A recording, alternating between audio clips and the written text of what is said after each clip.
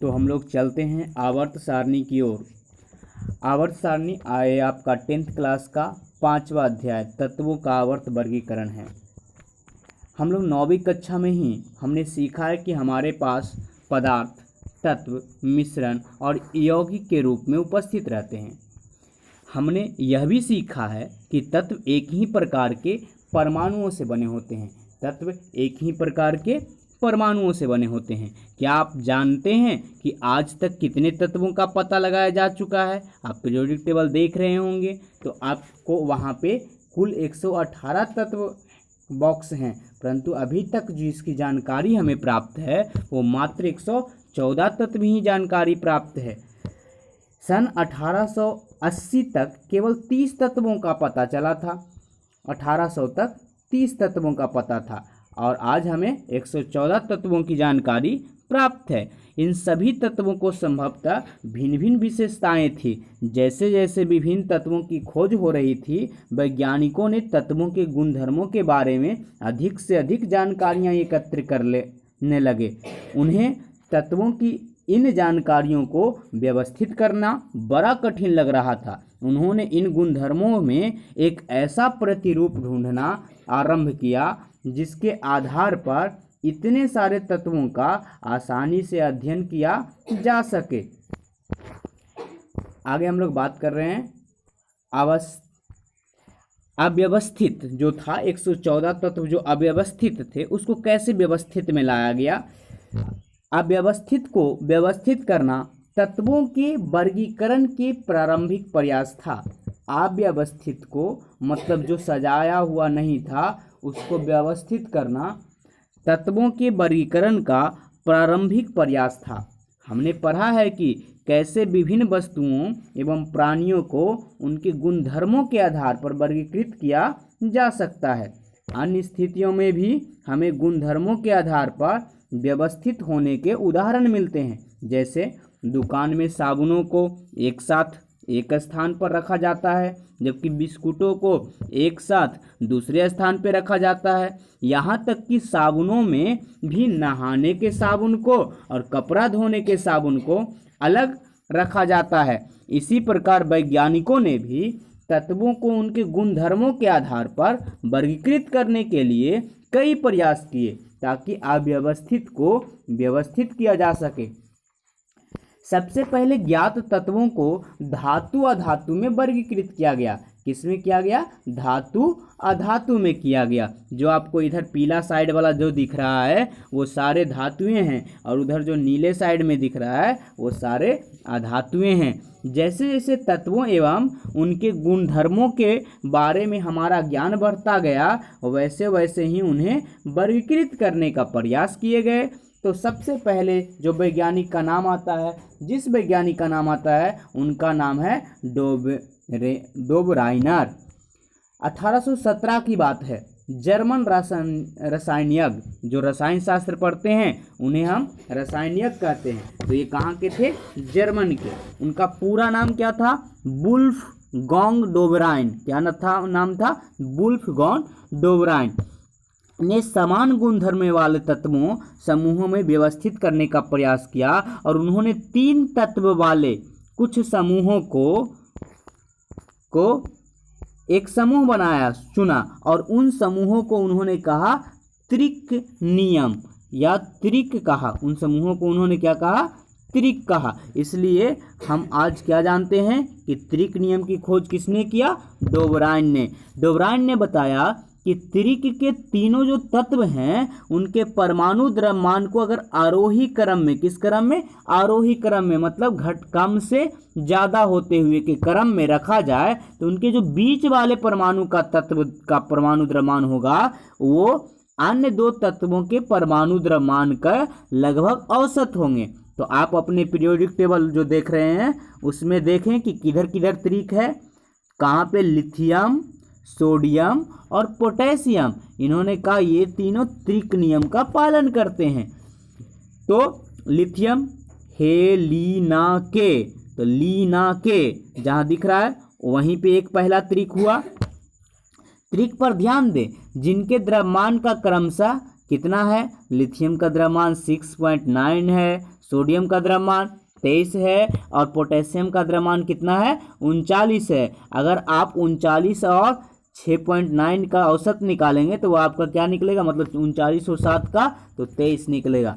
Lithium एवं potassium के परमाणु द्रव्यमान का औसत क्या होगा, सोडियम के परमाणु द्रव्यमान की तुलना कैसे की जा सकती है, तो आप सारणी में देख सकते हैं, यहाँ पे वैसे ही किया गया है।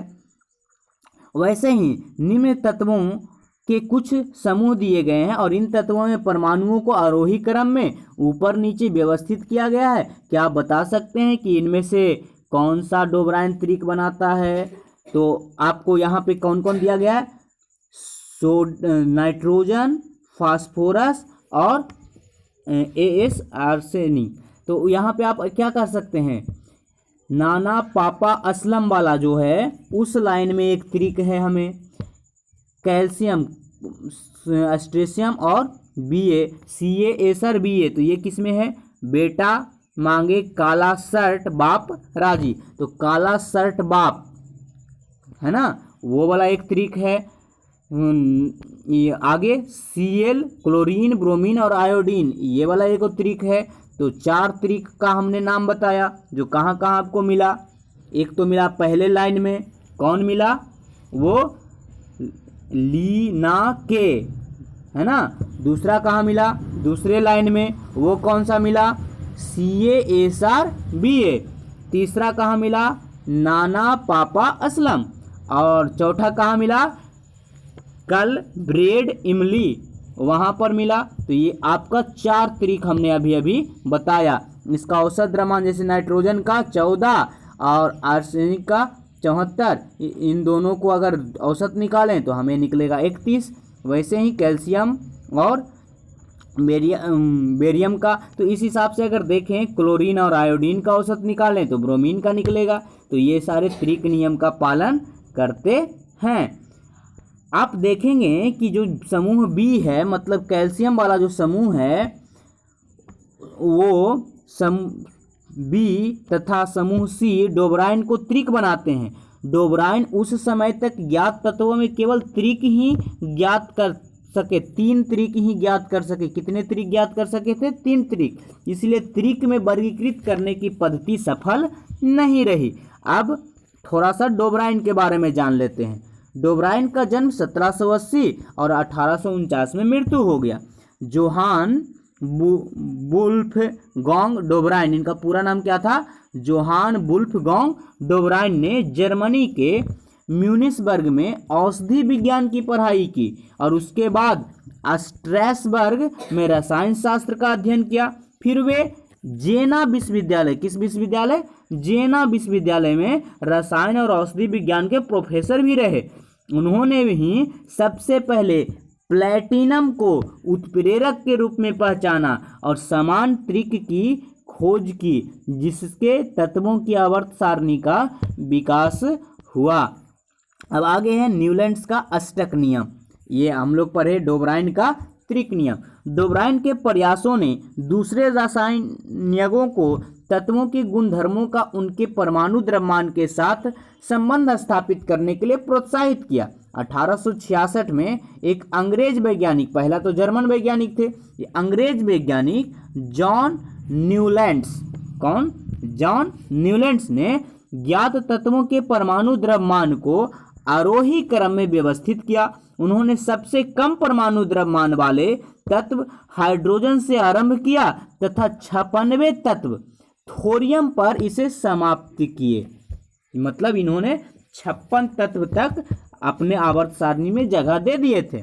उन्होंने पाया कि प्रत्येक 8वें तत्व का गुणधर्म प्रत्येक पहले तत्व के गुणधर्म से समान है और तत्वों के गुणधर्म के समान है। इनकी तुलना संगीत के अष्टक से उन्होंने किया। इन्होंने अष्टक सिद्धांत दिया संगीत के अष्टक के आधार पे, इसीलिए इनके नियम को क्या कहने लगे, न्यूलैंड्स का अष्टक सिद्धांत कहने लगे। अब न्यूलैंड्स का अष्टक आप अपने पीरियोडिक टेबल में देखिए। न्यूलैंड्स के अष्टक लिथियम सोडियम के गुणधर्म समान है। सोडियम लिथियम के बाद 8वां तत्व है। सोडियम लिथियम के बाद क्या है इनके श्रेणी में, 8वां तत्व है जो अधिक समानता रखता है। इसी प्रकार बेरिलियम और मैग्नीशियम समानता रखता है। न्यूलैंड्स के अष्टक के मूल रूप से एक सारणी यहाँ पे दिया गया है और वो किसके ऊपर काम करता था? वो करता था सा रे गा मा पा धा नी, जिसी को हम विदेशों में क्या पढ़ते हैं? डो रे मी फा सो ला टी। यानी ये संगीत के जो धुन हैं उसी के आधार पे इन्होंने अपना अष्टक बनाया। तो इनका अष्टक आप ढूंढने की कोशिश कीजिए। पहला अष्टक में कौन था? Hydrogen, lithium, beryllium, boron, carbon, nitrogen, oxygen, ये इनका पहला अष्टक था। दूसरा अष्टक कौन था? Fluorine, sodium, magnesium, aluminium, silicon, phosphorus और सल्फर। तीसरा अष्टक कौन था? Chlorine, potassium, calcium, chromium, titanium, manganese और लोहा। वैसे ही अगला अष्टक कौन था? CONi, Cu, Zn, ये इन AS और AC। इस हिसाब से आगे के अष्टक इनके पूरे नहीं हो पाए। क्या आप संगीत के सुरों से परिचित हैं? भारतीय संगीत में संगीत के 7 सुर होते हैं जो सा रे गा मा पा धा नी है। वहीं पाश्चात्य संगीत में, फॉरेन म्यूजिक में लोग इन सुरों को ऐसे उपयोग करते हैं: डो रे मी फा सो ला टी। और सुर के स्केल, पूर्ण टोन और अर्ध टोन आवृत्ति अंतराल से अलग अलग किए जाते हैं और इन सुरों का उपयोग कोई संगीतकार संगीत की रचना करता है। स्पष्ट है कि कुछ सुर बार बार दोहराए जाते हैं और प्रत्येक 8वां सुर पहले सुर जैसा होता है, ठीक है, तथा अगली पंक्ति में पहला सुर होता है, ठीक है। अब आपने देखा, ऐसा देखा गया है कि अष्टक सिद्धांत केवल कैल्शियम तक ही लागू हो पा रहा था, क्योंकि कैल्शियम के बाद प्रत्येक 8वें तत्व का गुणधर्म पहले तत्व से नहीं मिल रहा था। न्यूलैंड्स ने कल्पना की कि प्रकृति में केवल 56 तत्व ही विद्यमान हैं तथा भविष्य में कोई अन्य तत्व नहीं मिलेगा, लेकिन बाद में कई नए तत्व पाए गए जिनके गुणधर्म अष्टक सिद्धांत से मेल ही नहीं खाते थे। अपनी सारणी में इन तत्वों को समायोजित करने के लिए न्यूलैंड्स ने 2 तत्वों एक साथ रख दिया, जैसे कोबाल्ट और निकेल को एक साथ रख दिया। क्या आप सारणी पीछे जो आपको बोला गया है उस सारणी को देख चुके हैं? तो ध्यान दीजिए कि कोबाल्ट तथा जो निकेल है एक साथ है तथा उन्हें एक साथ उसी स्तंभ में रखा गया है जिसमें फ्लोरीन, क्लोरीन और ब्रोमीन है, यद्यपि इनके गुणधर्म उन तत्वों से भिन्न है। आयरन को कोबाल्ट एवं निकेल से दूर रखा गया है, जबकि उनके गुणधर्म तो इनके समान हैं। इसी प्रकार न्यूलैंड्स अष्टक सिद्धांत केवल हल्के तत्वों के लिए ठीक है, भारी तत्वों के लिए ठीक नहीं है। तो आपका अभी हमने क्या सीखा? क्या डोबराइन के त्रिक और न्यूलैंड्स के अष्टक के में स्तंभ में भी पाए जाते हैं? तुलना करके बता सकते हैं। डोबराइन के वर्गीकरण की क्या सीमाएं हैं? तो डोबराइन तो मात्र कुछ ही 3 ही त्रिक निकाल पाए, तो उनका वर्गीकरण की सीमाएं बहुत ही कम गुणधर्म को दर्शाता है। वहीं न्यूलैंड्स के अष्टक सिद्धांत क्या है? ये भी मात्र 20 तत्वों को ही व्यक्त कर रहा है। आगे है अव्यवस्थित से व्यवस्थित करना, मेंडलीफ की आवर्त सारणी। न्यूलैंड्स के अष्टक सिद्धांत के अस्वीकार होने के बाद, मतलब उसे कोई वैज्ञानिक नहीं माना, बाद कई वैज्ञानिकों ने ऐसे प्रतिरूपों की खोज जारी रखी जिसमें तत्वों के गुणधर्मों, उनके परमाणु द्रव्यमान के साथ संबंध स्थापित हो। तत्वों के वर्गीकरण का मुख्य श्रेय रूसी रसायनज्ञ दमित्री इवानोविच मेंडलीफ को जाता है। तत्वों की आवर्त सारणी के प्रारंभिक विकास में उनका प्रमुख योगदान है। उन्होंने अपनी सारणी में तत्वों को उनके मूल गुणधर्म, परमाणु द्रव्यमान तथा रासायनिक गुणधर्मों में समानता के आधार पर व्यवस्थित कर दिया। अब थोड़ा सा हम मेंडलीफ के बारे में जान लेते हैं कि मेंडलीफ कहाँ के थे, इनका जन्म कब हुआ था, इसके बारे में। मेंडलीफ का जन्म 8 फरवरी 1834 ईस्वी में रूस के पश्चिमी साइबेरिया, कहाँ हुआ था? रूस के पश्चिमी साइबेरिया के टोबोल्स्क स्थान में हुआ था। अपनी प्रारंभिक शिक्षा के बाद मेंडलीफ अपनी मां के प्रयासों के कारण ही विश्वविद्यालय में प्रवेश पा सके। अपनी खोज को उन्होंने मां को समर्पित करते हुए लिखा, उन्होंने मुझे उदाहरण देकर समझाया, प्यार से समझाया, अपने शेष संसाधनों एवं शक्ति व्यय करके मेरे साथ विभिन्न स्थानों पर गई। और वह जानती थी कि विज्ञान की मदद से बिना हिंसा के लेकिन प्यार और दृढ़ता से अंधविश्वास और असत्य धारणाओं एवं गलतियों को दूर किया जा सकता है। उनके द्वारा प्रस्तावित तत्वों की व्यवस्था को मेंडलीफ की आवर्त सारणी कहा जाता है। आवर्त सारणी रसायन में एकमेव सिद्धांत साबित हुआ और उसमें नए तत्वों की खोज के लिए प्रेरणा मिली।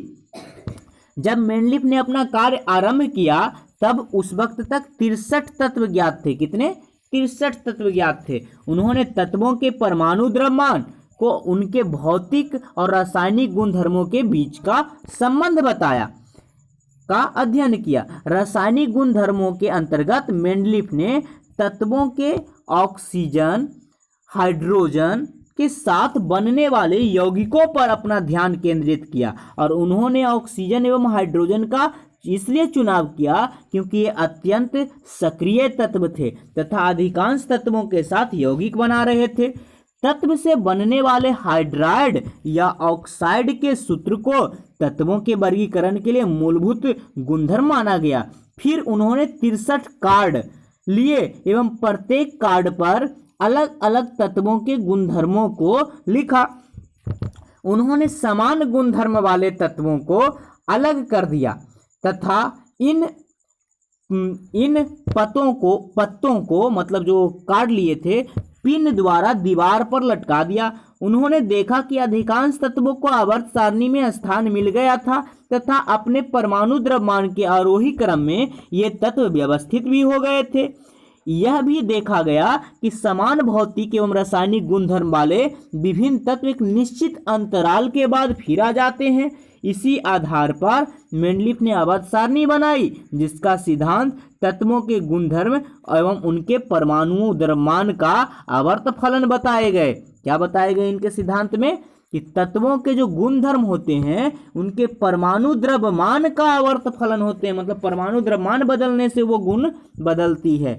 मेंडलीफ की आवर्त सारणी के ऊर्ध्व स्तंभ जो खरे स्तंभ है, जो खरा वाला है उसे ग्रुप या समूह कहते हैं और जो क्षैतिज पंक्तियां हैं मतलब जो परा वाला पंक्ति है उसे हम आवर्त या पीरियड कहते हैं। तो इनके आवर्त सारणी में कुल आठ क्या थे? खरे वाले स्तंभ थे, ठीक है, और 6 जो थे वो परे वाले स्तंभ थे, ठीक है। तो आगे हम लोग बात करते हैं और इनका पीरियोडिक टेबल आपको याद करने की जरूरत नहीं है, आप इसे देख लें केवल, ठीक है। आगे हम लोग बात करते हैं। मेंडलीफ की आवर्त सारणी 1872 में जर्मन पत्रिका में प्रकाशित भी हुई थी। स्तंभ के शीर्ष पर ऑक्साइड तथा हाइड्राइड के सूत्र में अंग्रेजी का अक्षर आर समूह के किसी भी तत्व को दर्शाता था। सूत्र को लिखने के तरीके पर ध्यान दीजिए। उदाहरण के लिए कार्बन और हाइड्रोजन CH4 और RH4 तथा उसके ऑक्साइड CO2 या RO2 लिखा गया था। अब हम लोग मेंडलीफ की आवर्त सारणी की उपलब्धि बताते हैं कि ये किस प्रकार से आगे के आने वाले आवर्त सारणी के लिए मील का पत्थर साबित हुआ। आवर्त सारणी व्यवस्थित करते समय मेंडलीफ को सारणी में अधिक द्रव्यमान वाले तत्व को कभी कभी कम द्रव्यमान वाले तत्वों के पहले रख देना पड़ा और क्रम इसलिए उलटना पड़ा ताकि समान गुणधर्म वाले तत्व को एक साथ रखा जा सके। उदाहरण के लिए जो कोबाल्ट है, कौन? कोबाल्ट, जिसका परमाणु द्रव्यमान 58.9 है, वहीं निकेल का परमाणु द्रव्यमान 58.7 है। जबकि इनके सारणी में अगर देखिए तो निकेल को बाद में रखा गया है और कोबाल्ट को पहले रख देवल गया है। तो इससे क्या विसंगति मिली? इन्होंने तो बोला कि हम आवर्त सारणी को परमाणु द्रव्यमान के आरोही क्रम में सजाए हैं और यहाँ तो ये क्रम पलट गया। तो इसके अतिरिक्त मेंडलीफ ने अपने आवर्त सारणी में कुछ रिक्त स्थान छोड़ दिए, खाली स्थान छोड़ दिए, और इन रिक्त स्थानों को दोष के रूप में देखने के बजाय मेंडलीफ के दृढ़तापूर्वक कुछ ऐसे तत्वों के अस्तित्व का अनुमान किया जो उस समय तक ज्ञात ही नहीं था। इनका नामकरण उन्होंने उसी समय इससे पहले ही कर दिया था, और आने वाले तत्व के नाम को एका, संस्कृत का एक शब्द है एका, उपसर्ग लगाकर किया। जैसे बाद में ज्ञात हुआ स्केडियम, गैलियम, जर्मेनियम के गुणधर्म, एका ब्रोन, एका एल्युमिनियम, एका सिलिकॉन। मतलब स्केडियम को इन्होंने क्या बोला था? एका ब्रोन बोला था। गैलियम को क्या बोला था इन्होंने? एका एल्युमिनियम बोला था। और जर्मेनियम को इन्होंने एका सिलिकॉन बोला था। मतलब इनको लगता था कि जर्मेनियम के जैसा कोई और तत्व हमें प्राप्त होगा, मतलब जर्मेनियम सिलिकॉन के जैसा कोई और तत्व प्राप्त होगा, एल्युमिनियम के जैसा कोई और प्राप्त होगा, ब्रोन के जैसा कोई और प्राप्त होगा, और वो हुआ। मेंडलीफ द्वारा अनुमानित एका एल्युमिनियम तथा बाद में ज्ञात गैलियम के गुणधर्म के समान निकले। तो इस हिसाब से अगर देखें तो एका एल्युमिनियम हो तो उसका पूरा का पूरा सूत्र भी उनके बताए गए नियमानुसार ही निकले। तो इससे मेंडलीफ की आवर्त सारणी की परिशुद्धता तथा उपयोगिता को ठोस प्रमाण मिल गए कि इसके अलावा मेंडलीफ के अनुमान की असाधारण सफलता हुई कि उन्होंने पहले ही भविष्यवाणी कर दी कि और भी तत्व प्राकृतिक में विद्वान हैं।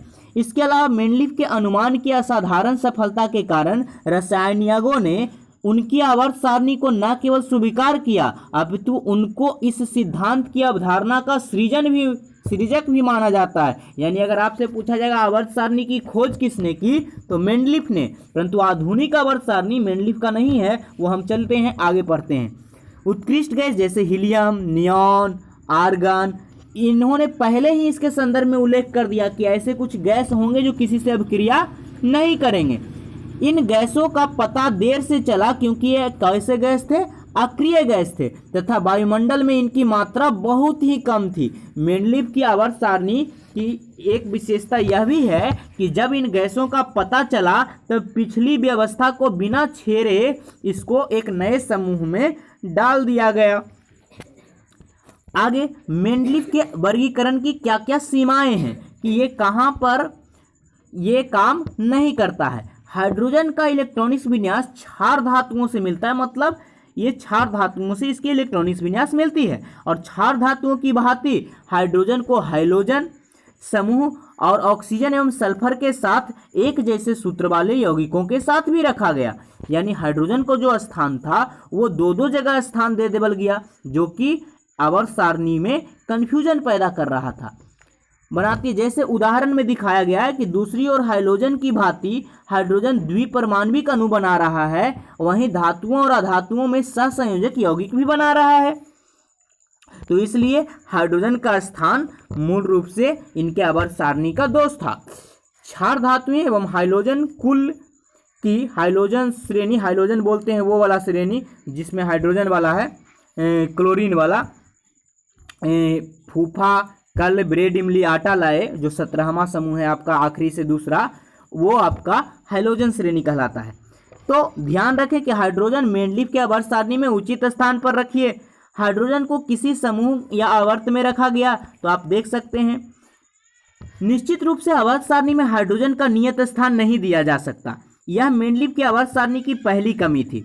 वह अपने सारणी में हाइड्रोजन को सही स्थान नहीं दे पाए। वहीं मेंडलीफ के तत्वों के आवर्त वर्गीकरण तैयार होने के पर्याप्त समय बाद समस्थानिकों का पता चलना शुरू हुआ और यह जानते हैं कि किसी तत्व के समस्थानिक के रासायनिक गुणधर्म समान होते हैं लेकिन उनके परमाणु द्रव्यमान भिन्न भिन्न होते हैं। और इस हिसाब से जब समस्थानिक जैसे क्लोरीन 35 और क्लोरीन 37 पर विचार करें तो इनके में समस्थानिकों का खोज होने के बाद इनके आवर्त सारणी फ्लॉप होना चालू हो गया।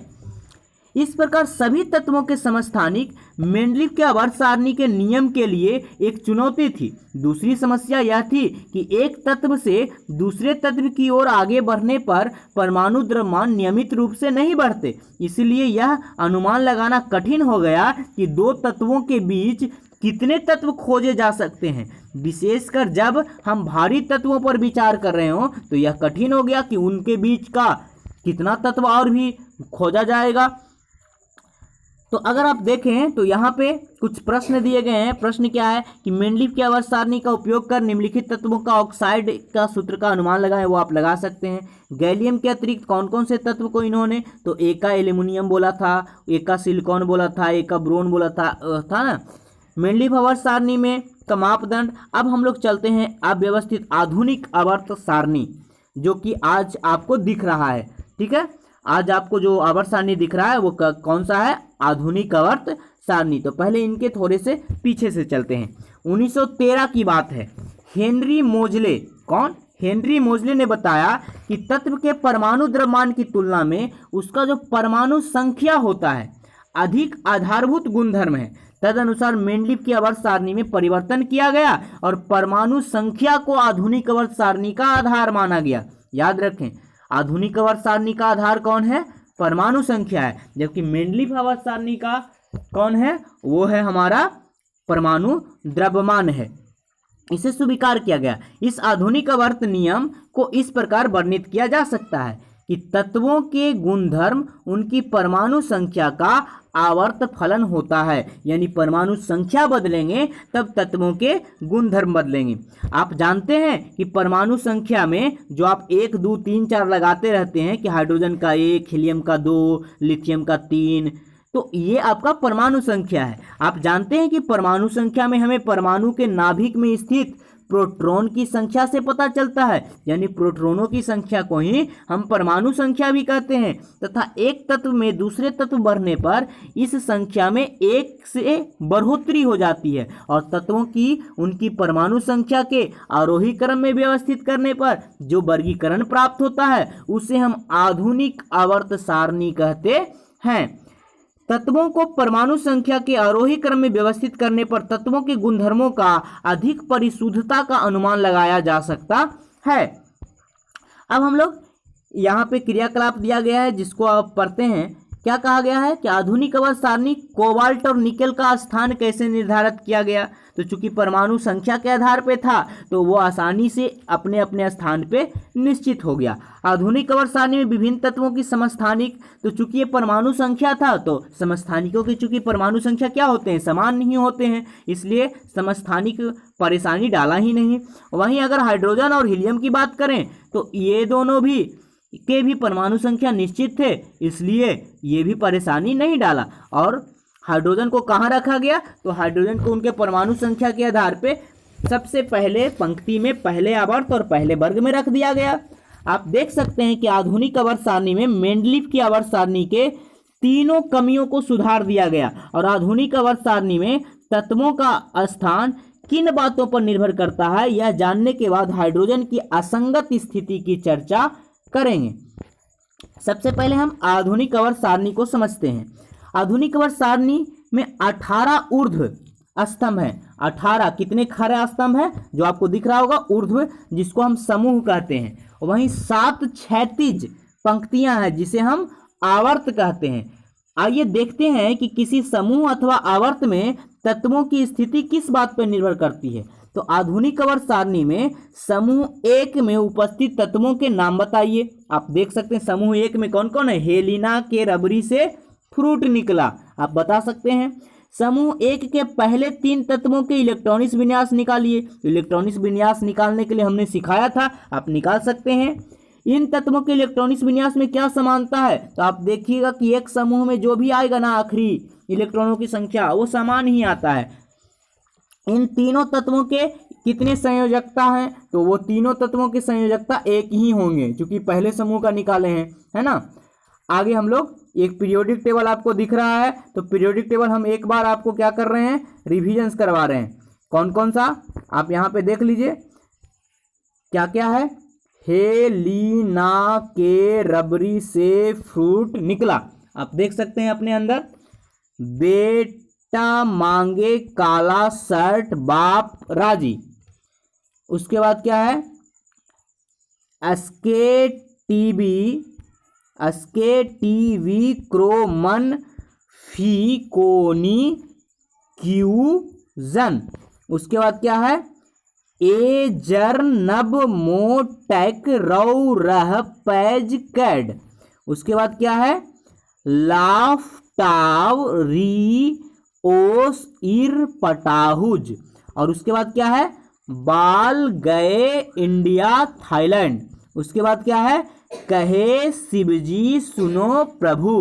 उसके बाद क्या है, नाना पापा असलम सब बीमार। उसके बाद क्या है, ओल्ड स्टाइल से टेपो। उसके बाद क्या है, फूफा कल ब्रेड इमली आटा लाए। उसके बाद क्या है, हेने अरकर 0 रन पर आउट। तो आप देख सकते हैं पूरा का पूरा पीरियोडिक टेबल आपको याद है ना। अब आगे हम लोग बढ़ते हैं, उसको आप सिंबल तौर पे देखिएगा। आगे है, आप देखेंगे कि इन सभी तत्वों के संयोजकता इलेक्ट्रॉनों की संख्या समान होती है। और इस प्रकार आप देखेंगे कि एक ही समूह के सभी तत्वों के संयोजकता इलेक्ट्रॉनों की संख्या समान होती है।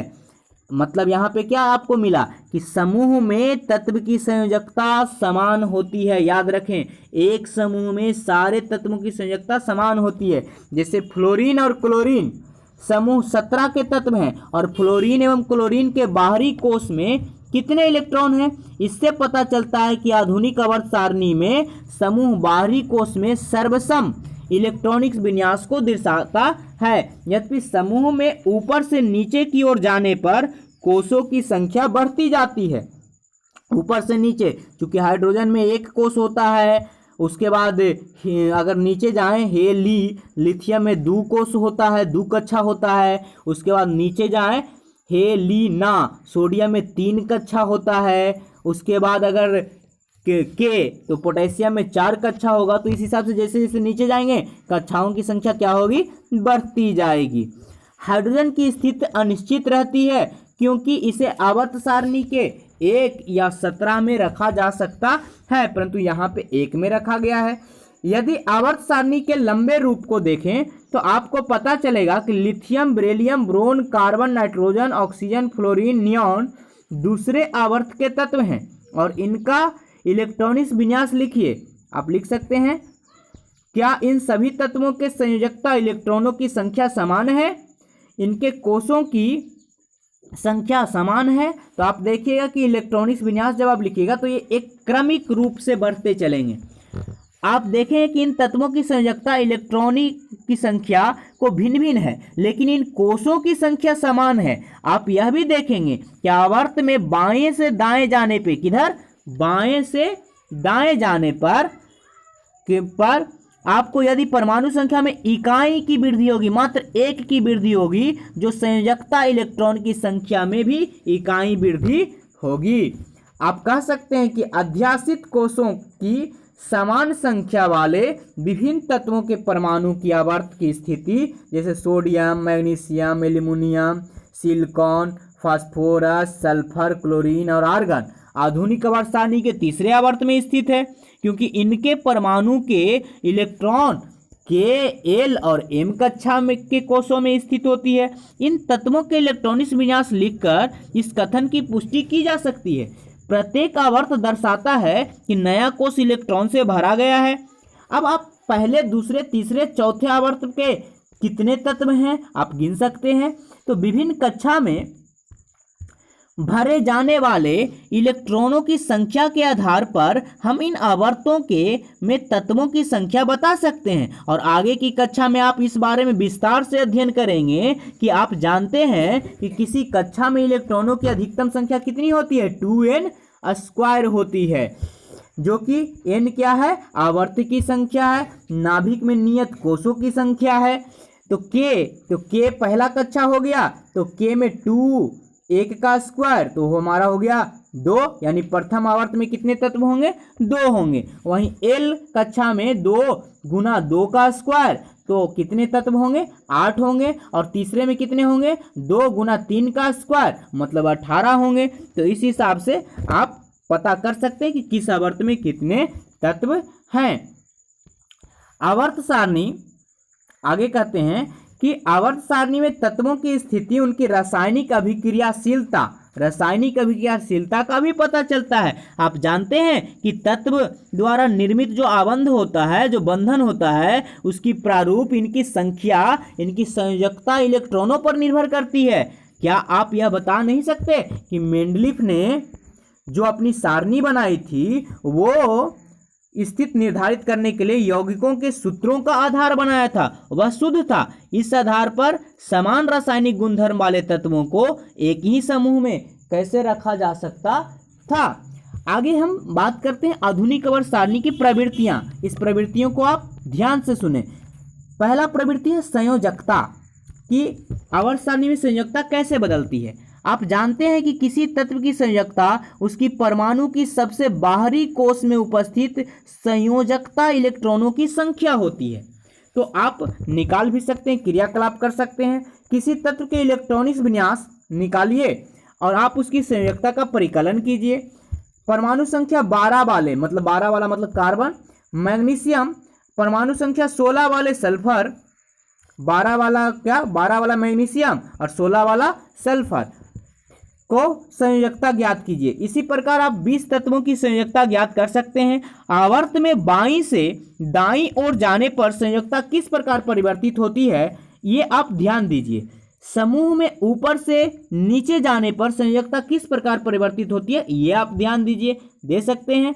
तो क्या होगा, बाएं से जब दाएं जाइएगा तो संयोजकता बढ़ती जाएगी और फिर घटेगी। अब ऊपर से नीचे आइएगा तो वो संयोजकता निश्चित रहेगी, मतलब बदलेगी नहीं। आगे कहते हैं परमाणु साइज। तो परमाणु साइज की बात देख लेते हैं। परमाणु साइज में परमाणु त्रिज्या का पता चलता है। एक स्वतंत्र परमाणु के केंद्र में उसके सबसे बाहरी कोश की दूरी की परमाणु साइज को दर्शाती है। हाइड्रोजन परमाणु की त्रिज्या 37 पिकोमीटर और 1 पिकोमीटर में 10⁻⁻12 मीटर होता है, तो 37 पिकोमीटर है। हम समूह तथा आवर्त परमाणु साइज की विभिन्नता का अध्ययन कर सकते हैं। जैसे आपको यहाँ पे एक सारणी दिया गया है कि बोरोन का परमाणु साइज क्या होता है पिकोमीटर में, 88 पिकोमीटर। बेरियम का क्या होता है, 111। कार्बन का 66, नाइट्रोजन का 74, लिथियम का। तो इसके हिसाब से हम लोग देख सकते हैं उस चीज़ को पूरा का पूरा आप क्रियाकलाप कीजिए हमारे साथ और आप आसानी से इस चीज़ को समझ जाएंगे। तो दूसरा, पहला टॉपिक हम क्या पढ़े, संयोजकता। दूसरा क्या पढ़े, परमाणु त्रिज्या। तीसरे में चलते हैं। आप देख सकते हैं आवर्त में बाईं ओर से दाईं ओर जाने पर परमाणु त्रिज्या घटती है, जो कि नाभिक में आवेश बढ़ने के कारण ऐसा होता है और इलेक्ट्रॉनों को नाभिक की ओर खींचता है, जिससे परमाणु साइज घटता है। वहीं ऊपर से नीचे आने पे उसकी त्रिज्या क्या होगी, बढ़ती है, जो कि क्रियाकलाप यहाँ पे आपको दिया गया है। आप देखेंगे कि समूह में ऊपर से नीचे आने पे परमाणु साइज क्या होता है, बढ़ता है, क्योंकि कक्षाएं बढ़ जाती है, नया कोष जुड़ जाता है। इससे नाभिक तथा सबसे बाहरी कोष के बीच की दूरी बढ़ जाती है और इसी कारण नाभिक का आवेश क्या हो जाता है, बढ़ जाता है। अब हम लोग तीसरे गुण की बात करेंगे, धात्विक एवं अधात्विक गुण। तो तीसरे आवर्त के तत्वों की जांच करके धातु एवं अधातु का वर्गीकरण कीजिए। और सारणी में किस ओर धातु स्थित है और किस ओर अधातु स्थित है। तो आप देखिएगा कि बाएं तरफ धातुएं हैं और दाईं तरफ अधातुएं हैं। सोडियम और मैग्नीशियम जैसी धातुएं सारणी के बाईं ओर तथा सल्फर और क्लोरीन जैसी अधातुएं सारणी के दाईं ओर स्थित है। तो मध्य में सिलिकॉन स्थित है, जिसे हम अर्धधातु या उपधातु कहते हैं। यह अधातु एवं धातु दोनों के गुणधर्म प्रदर्शित करती है। अब आधुनिक आवर्त सारणी में एक टेढ़ी मेढ़ी रेखा धातुओं की अधातुओं से अलग करती है। इस रेखा पर आने वाले तत्व boron, silicon, germanium, arsenic, antimony, tellurium, polonium धातुओं एवं अधातुओं दोनों के गुणधर्म प्रदर्शित करते हैं, इसलिए इन्हें अर्धधातु या उपधातु कहते हैं। तो उपधातु कौन कौन है, boron, silicon, germanium, arsenic, antimony, tellurium और पोलोनियम। तीसरे अध्याय में आपने यह अवध बताते हुए कि धातु में इलेक्ट्रॉन त्यागने की प्रवृत्ति होती है, जो विद्युत का क्या होता है, धनात्मक होता है। तथा आप क्रियाकलाप 10 कर सकते हैं 5 पॉइंट। समूह में इलेक्ट्रॉन त्यागने की प्रवृत्ति किस प्रकार बदलती है और आवर्त में यह प्रवृत्ति कैसे बदलेगी। तो आवर्त में जैसे जैसे संयोजकता कोष में इलेक्ट्रॉन पर किया जाता है, प्रभावी नाभिक का आवेश बढ़ता है और इलेक्ट्रॉन त्यागने की प्रवृत्ति घट जाती है। ठीक है। और समूह में नीचे की ओर संयोजकता इलेक्ट्रॉन पर क्रिया करने वाले प्रभावी नाभिकीय आवेश घटता है, क्योंकि सबसे बाहरी इलेक्ट्रॉन नाभिक से दूर हो जाता है, इसलिए इसका इलेक्ट्रॉन सुगमतापूर्वक निष्कासित नहीं हो पाता है और इस कारण से इनकी धात्विक अभिलक्षणी घटता है तथा समूह में नीचे जाने पर बढ़ता है। तो हम क्या कहेंगे, दूसरी ओर अधातुएं विद्युत ऋणात्मक होती है और उसमें इलेक्ट्रॉन ग्रहण करने की प्रवृत्ति होती है। आइए इन गुणधर्मों को विविध प्रकार के जानकारी प्राप्त करते हैं। आवर्त में बाईं से दाईं ओर जाने पर इलेक्ट्रॉन ग्रहण करने की प्रवृत्ति कैसी होगी, तो ये आपको क्रियाकलाप कर सकते हैं उस पीरियोडिक टेबल द्वारा। समूह में ऊपर से नीचे जाने पर इलेक्ट्रॉन ग्रहण करने की प्रवृत्ति पर क्या असर पड़ता है, तो हम लोग देखते हैं कि विद्युत ऋणात्मकता मतलब जो इलेक्ट्रॉन खोने ग्रहण करने की जो प्रवृत्ति है अधातु आवर्त सारणी में दाहिने ओर ऊपर स्थित है और इन प्रवृत्तियों से हम इन तत्वों के बने ऑक्साइडों की प्रकृति का भी पता लगा लेते हैं, क्योंकि धातुओं के ऑक्साइड क्षारीय तथा अधातुओं के ऑक्साइड क्या होते हैं, अम्लीय होते हैं। अब यहाँ पे कुछ प्रश्न दिए गए हैं आपको, जिस प्रश्नों के आप क्या करें, अभ्यास करें। आपने क्या क्या सीखा ये बताया गया है और अभ्यास दिया गया है। तो क्रियाकलाप करते हुए आप ध्यान रखें इस बुक को कैसे पढ़ना है। हर एक क्रियाकलाप को आप एक्सपेरिमेंटली पीरियोडिक टेबल के साथ करें। उसके बाद आपको जो भी बीच में प्रश्न दिए जाएं उसके सटीक आंसर दें। फिर आपने क्या सीखा रिविजन करें और फिर आप इस पाठ के अभ्यास को करें। तो इस प्रकार से आपका यह अध्याय समाप्त हुआ। अगली बार अगले अध्याय के साथ।